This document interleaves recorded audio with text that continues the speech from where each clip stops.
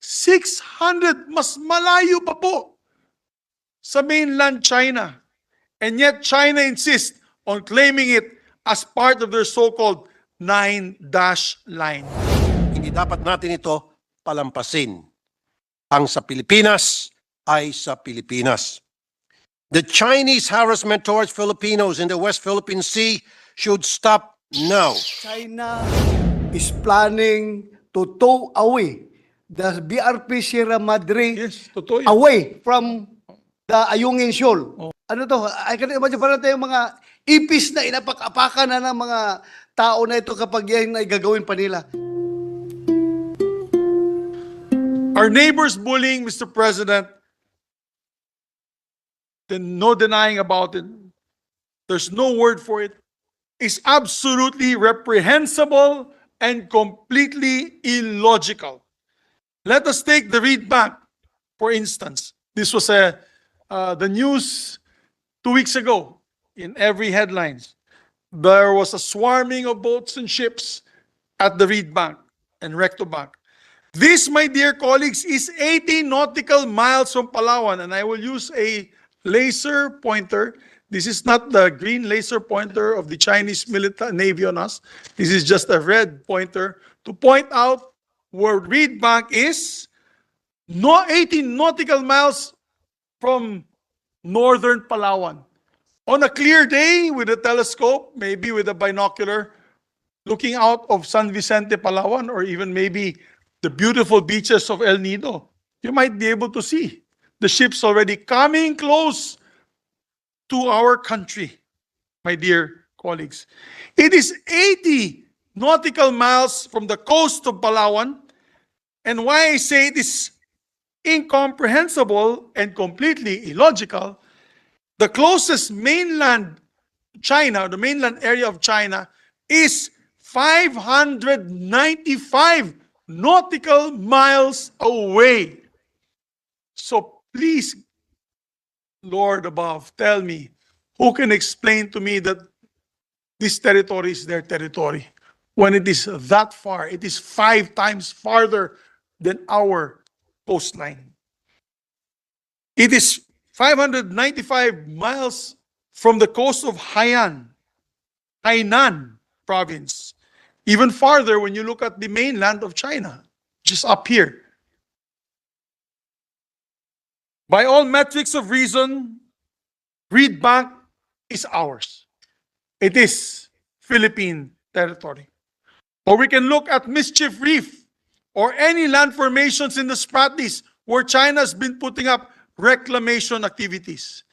Mischief Reef, my dear colleagues, Mr. President, is just 129 miles away from Palawan. And it is almost 600 nautical miles away from Hainan. 600, mas malayo pa po sa mainland China. And yet China insists on claiming it as part of their so-called 9-dash line. Mr. President, my dear colleagues, I rise to support the adoption of the proposed Senate Resolution number 659 to urge our Department of Foreign Affairs to sponsor a resolution before the United Nations General Assembly to call on China to stop their harassment of Filipinos in the West Philippine Sea and to uphold the integrity of our territory. Hindi katanggap-tanggap ng ating mga kababayan, lalo na ang ating mga mangingisda, ay ginagamitan ng karahasan ng dayuhang China na makapaghanap buhay na mapayapa sa West Philippine Sea. Mas nakagagalit din na pati mismo ang ating military personnel ay nakakaranas ng mga unlawful aggression sa kamay ng mga dayuhan. Hindi dapat natin ito palampasin. Ang sa Pilipinas ay sa Pilipinas. The Chinese harassment towards Filipinos in the West Philippine Sea should stop now. It is high time that the Philippine government exert all efforts to ensure that China will recognize the 2016 Permanent Court of Arbitration ruling and other international laws such as the UNCLOS. The United Nations was built to hold member states for agreements they freely entered into. We come before other countries in good faith. It is but right that we expect the same from them. Thank you, Mr. President. Lahat naman tayo dito ay nagkakaisa, no? Na tayo galit na galit sa pambubuli ng China sa ating mga fisherman at sa ating mga kasundaluhan, mga Navy natin, Coast Guard, yung kailang ginagawa. Lahat tayo galit. Pero I'll just give you a scenario, Mr. President. You can just imagine the level of frustration, the level of outrage that we will experience. Kung magkatotoo yung nabasa ko sa news na sinabi nila that China is planning to tow away the BRP Sierra Madre Yes, totoo yun. away from the Ayungin Shoal. Oh. If that will happen, Mr. President, sobra na talaga para na tayong mga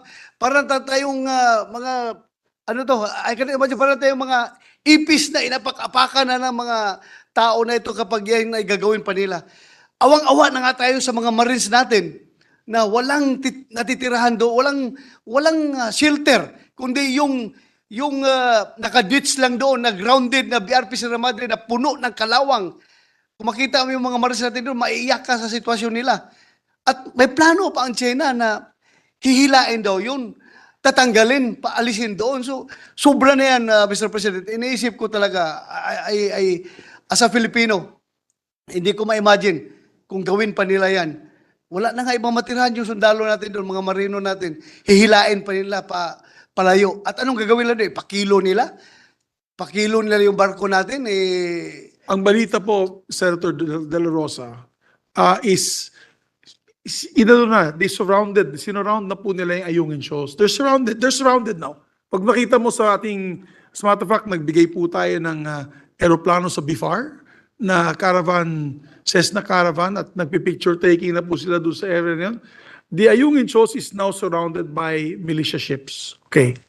Ang sabi daw nila, isang bagyo na lang yan. Pag may tumamang bagyo, sila daw magre-rescue sa ating mga Marines kasi wala makalapit eh. At pag-rescue daw nila ng Marines, kanila na yon. Yan ang balitang plano. So ang akin dyan, kung mangyayari talaga yan, sa tingin ko, I don't know. Enough is enough. Tama na. Sobra na. Ilang mangingisda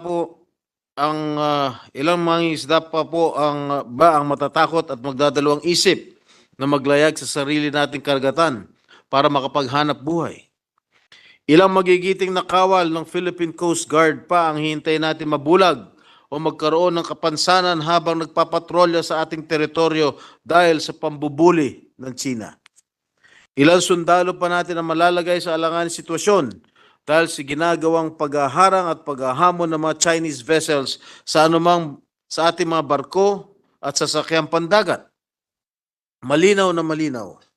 Mula sa mga binitawang salita ng kanilang mga matataas na opisyal at sa ginagawang pagkilos ng Chinese militia, hindi kinikilala at nirerespeto ng China ang naging desisyon sa The Hague.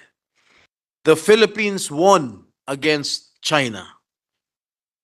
Maliwanag na maliwanag. It is a message that should be repeated over and over again at every opportunity, including at the August Chamber of the United Nations General Assembly. We are a David to China's Goliath. We must seek the support of the international community to rally behind our cause for a rules-based international order, one that is not dictated by swords or guns, but is won through respect for laws and sovereignty. It is in our best interest to follow through on the earlier pronouncement of former President Rodrigo Duterte when he invoked the arbitration ruling in his first ever address to the UN General Assembly in 2020, wherein he asserted that it is now part of international law beyond compromise and beyond the reach of passing governments to dilute, diminish, or abandon, and that we firmly reject attempts to undermine it. And he also emphasized what the victory stands for: the triumph of reason over rashness, of law over disorder, of amity over ambition. Sundan po natin ang naunang positibong hakbang ng nakarang administrasyon na ipaalala sa iba't ibang bansa at igiit ang kahalaga ng arbitral ruling sa pagtiyak ng kapayapaan at seguridad sa rehiyon. In solidarity with Senator Hontiveros, I cross political party lines and stand for our national interest. I join her in fervently calling on the community of nations to stop